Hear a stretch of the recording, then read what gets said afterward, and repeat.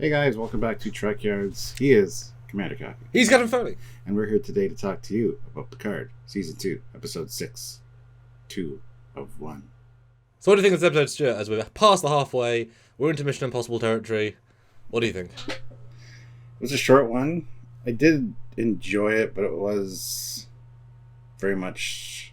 It could have not been Star Trek at all. We got a good Picard speech, though. This was directed by Jonathan Frakes. And some things that didn't make a whole lot of sense. No, I rather enjoyed it. I thought all the acting was good. The writing was good. I feel like the last episode and this episode should have been combined into one because they were both shorter episodes, and I think they kind of just had to chop it the way they did to make it work. But I would have preferred this last one and this one be one episode personally. But no, other than that, I rather enjoyed it. I thought it was a good ride. I just didn't feel very Star Trek-y to me. That's kind of where I stand on it. How about you? Yeah, I walked away thinking it's okay. Yeah. You know, there wasn't too much I didn't like, but nothing particularly was great in it. Yeah. And it certainly missed a lot of opportunities. It didn't utilise the world too much. You know, it was all in one party. They didn't try and do too much else. There wasn't too fast of a pace, so they didn't tell too much story in the time, which definitely comes across like it's a very, very simple... minimal amount of story, and when you only have 10 episodes, is that all you wanted to tell? Because you walk away thinking, oh, okay, next week. You know, certainly all momentum of the first two has been completely lost, all of it. We're now at a crawl of, okay, they can't suddenly dump all the good stuff of the last four, so we are going to be in the past for 8 episodes. It is going to be a slow crawl to the finale, and it's going to be a set for season 3. Yeah, it's very much like season 4 of Discovery. It could have been condensed down to like 4 episodes max. Like give us 2 in the Confederation timeline, full episodes. Condense these. Yeah. There's weird pacing things here, but it definitely, this one especially feels like, right, we're in the pandemic. We just can't tell that much story. We're going to play it super safe, not with like how many people. That was great. It was a good looking party, but just tell super safe amount of story. But yes, the acting was good. Picard, Patrick was great in his couple of scenes. Rios was good in his scene. Seven was there. Yeah, Seven didn't do anything really in this episode. I don't know if you noticed, but at the end, the not Laris, she went Irish in the accent in her voiceover dub. Like the last scene in the hospital bed, like some lines are distinctly, well, now she's Irish all of a sudden. Like the twang came back, and I was like, well, come on, you ADR'd Irish. She's not Irish in this personality. Come on, guys. I did not notice that. I'll have to listen for that. She definitely let her accent slip by the end, which is quite funny. Because she's fine the rest of it. She's like, well, now you're just Irish. Come on. Well, that's actually a good segue into the one thing that I just remembered that really kind of... Well, I was watching the subtitles, and she curses in Romulan. Yes. I thought that was something, but I didn't realize it was Romulan. Speaks Romulan or whatever, or mumbles Romulan, which they just established that he's already called her Laris again, and he says, I thought you might have been an ancestor, but she's Romulan, so... and there's no real answer given.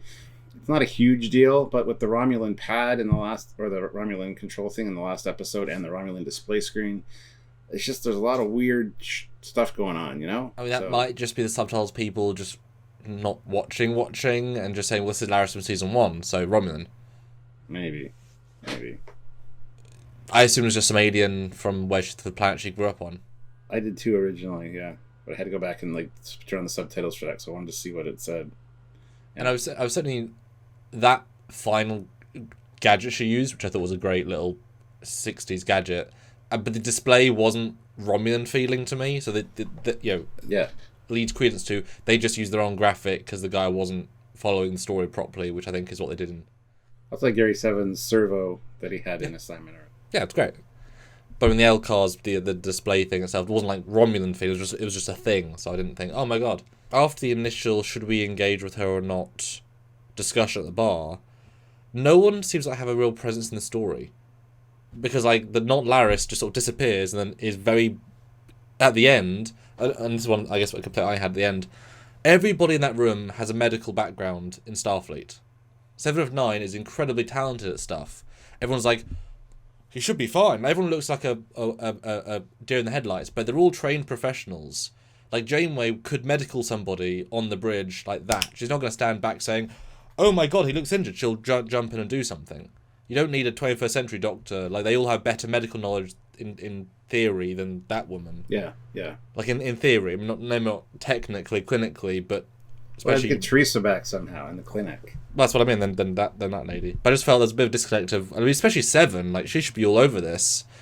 In terms of, like, having knowledge and using scat. And they also have tricords and stuff. There's a slight disconnect of... We'll leave the future people that know his body and his tech and just let the present-day person sort of heal him. Small thing, but they sort of forgot about the characters a bit. So the Borg Queen initiates a power outage, essentially, and a nanite EMP, essentially. So all the power goes out. Jurati comes up with a distraction to sing, and yet somehow the band starts playing because, oh, this is something they didn't tell us about. We got a singer. We got to modify our act to play along with the song. And of course, a spotlight comes on when the power was out. None of the other power came back. Kind of came back slowly after the spotlight came on.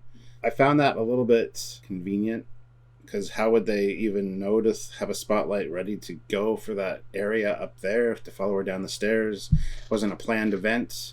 The odds of having a spotlight that somebody be like, hey, there's somebody singing, let's get that spotlight on. Oh wait, the power's off. Oh wait, no, the spotlight works. There was some weird disconnects there for me, but it's kind of a thing that happens sometimes in these kind of stories. So I mean, the whole scene was just a thing that happened. Yeah. I understand it's showing that the Borg Queen has control. Fine, yes, good. But I think I always find that sort of stuff cringy. The singing films where it's just so... It's like, I don't want to listen to this, no offense. But yeah, I thought the EMP was fine. It confirms she's being assimilated biologically, because you need to have a one nanoprobe can't do that. So obviously that's a good sign of, yes, it's already developed quite far.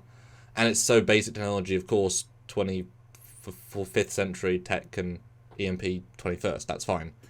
Spotlight, I didn't mind the band started playing, because I assumed that the likelihood of a party crasher is less than it being a surprise.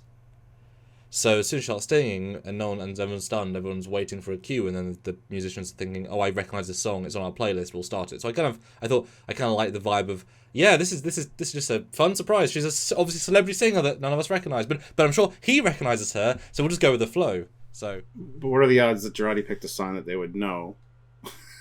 I don't know. It just easy, because the Borg Queen scanned all the channels. I'll buy that. So she would, I'll buy that. Absolutely fine. But what about all the security guys that are... This is the second prong of this problem.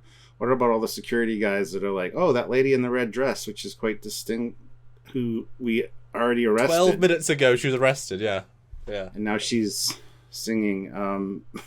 Could have been a last minute surprise guest that somebody brought in that we didn't know about. That's why the facial recognition didn't work. I don't know. What about the guys in the control room where she's locked up? Oh, they're all unconscious. Oh, well, it's fine, though. Oh, that is true, though. At least one of the guards would have called the booth and said, the red dress is back.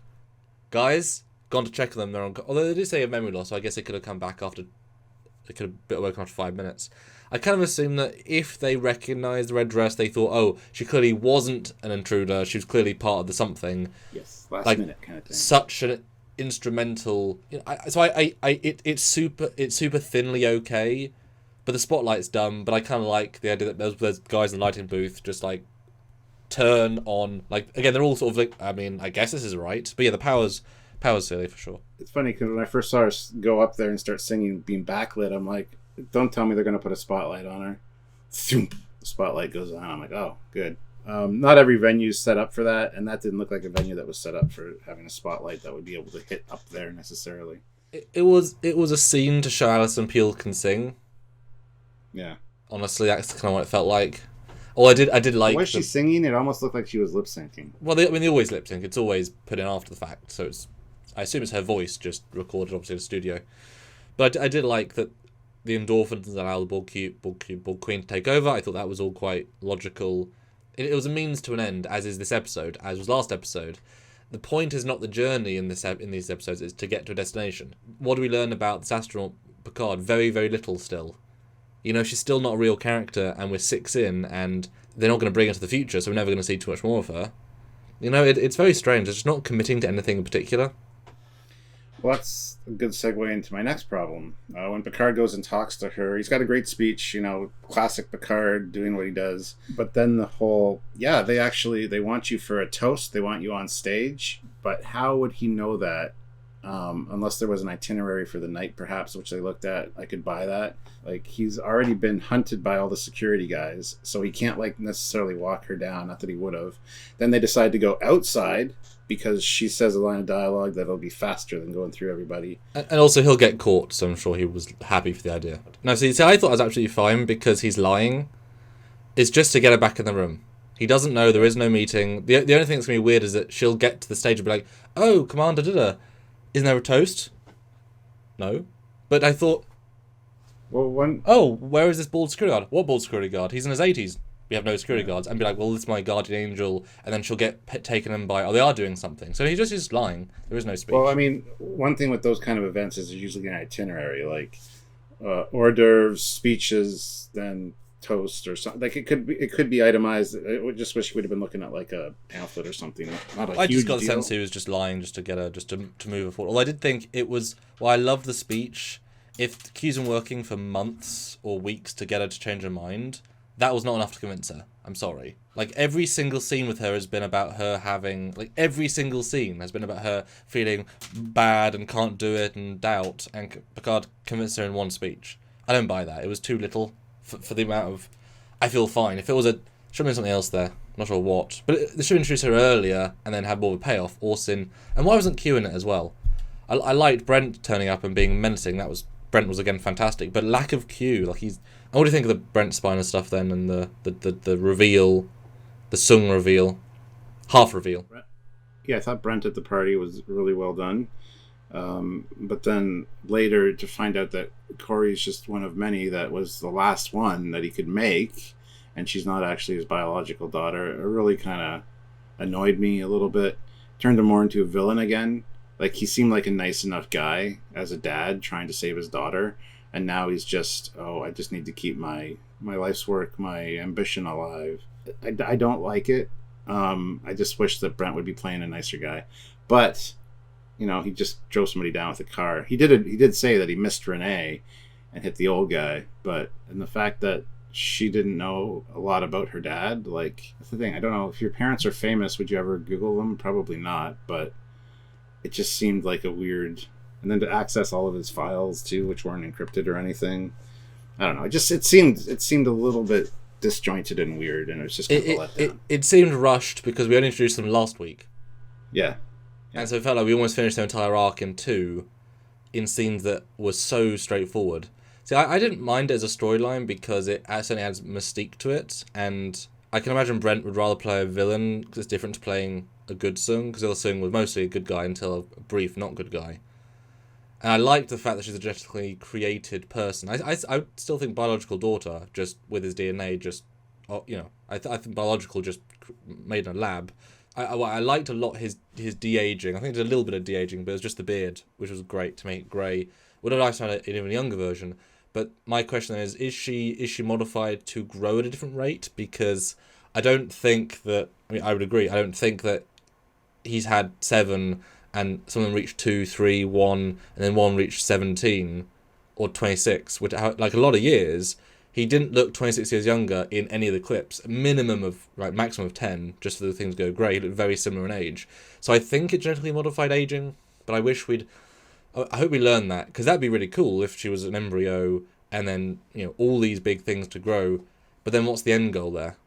I mean, it all links to Arik a bit in Enterprise, but it's they need to mention Khan, they need to mention the eugenics war, they need to ground it in this, I was in the eugenics war, I had radical theories, I thought I could make the next generation of Supermen who would not be not ambitious, yeah, who were just better. Like, we need that depth, or is it just some guy in 2024 without all the future tech that came from transparent aluminum and the temporal stuff in Voyager? Like, all that stuff hasn't existed, so you can't clone people, make them live now, and you certainly can't in 2 years, and this is close to our universe and the Trek universe currently in their alternate timeline. So you need that hardcore eugenics discussion with those references to kind of make it all come together.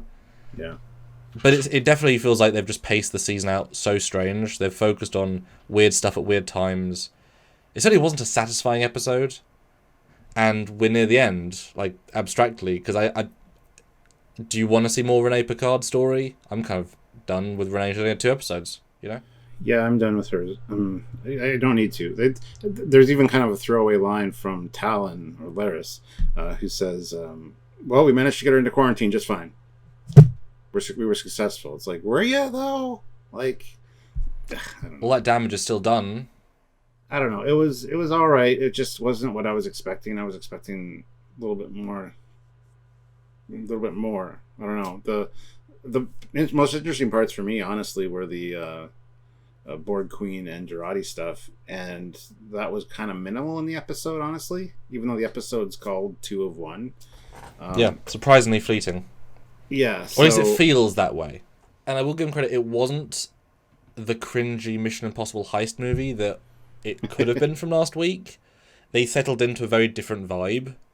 So I appreciate that. They avoided that. But there wasn't too much meat on the bones. That said, the NX-01 ship reference was beautiful. We'll look at that on a separate video. Great job. One thing I did see online that I think is a culprit for all of this, because episode 1 and episode 2 are easily the best. And obviously I checked the tweet sphere for these people, and Terry, the showrunner of seasons 2 and 3, actually said, he was asked by some people, how did you manage to write both seasons at the same time? And he said, well, actually, halfway through season 2, I left the writing to Akiva Goldsman, and I went to focus on season 3 entirely. So these are all Akiva Goldsman stories, and that makes so much frickin' sense, because the quality is so much lower, because the guy who was very good who started it moved on to season 3, and the guy who's got an awful track record of Hollywood. I didn't know that, but that speaks volumes, and yeah, unfortunately you're right. Damn. Why? Well, I guess I'm glad you told me that, but at least it's raising my expectation of Terry again, because he's, it's not him, it's not his team, he went on to, which means 3 should be freaking fantastic. I view that last 2 were so short as well. I think it's one of those things of a kind of minimalist story that they're kind of stretching. Yeah, they should have crammed 3 into 2 easily, because there's only 4 more, and that's really sad, because this showed so much promise, and it's not delivering its promise. The stories aren't that engaging, and this is all going to get for us the season, clearly. That's it. They're not going to suddenly jump back to the present or back to the Convergence timeline to go back again. Nope, it's not going to be that. It's going to be very, very straight line. They saved money by being the present. They saved money by reason sets. They saved money by... Yeah, so I didn't hate this episode. I just was a little disappointed by it, and it's still good enough. Like I said, it's okay. It's okay. Well, tune in to our live breakdown, which is yesterday. So go watch it if you missed it. Schedule change. Anyway, it's in the past. Go watch it if you missed it. So anyway, hit like on this video, subscribe to the channel, and make sure that you join us for lives and stuff when we do them, because we do quite a bit, and we love talking about Trek. So please join us.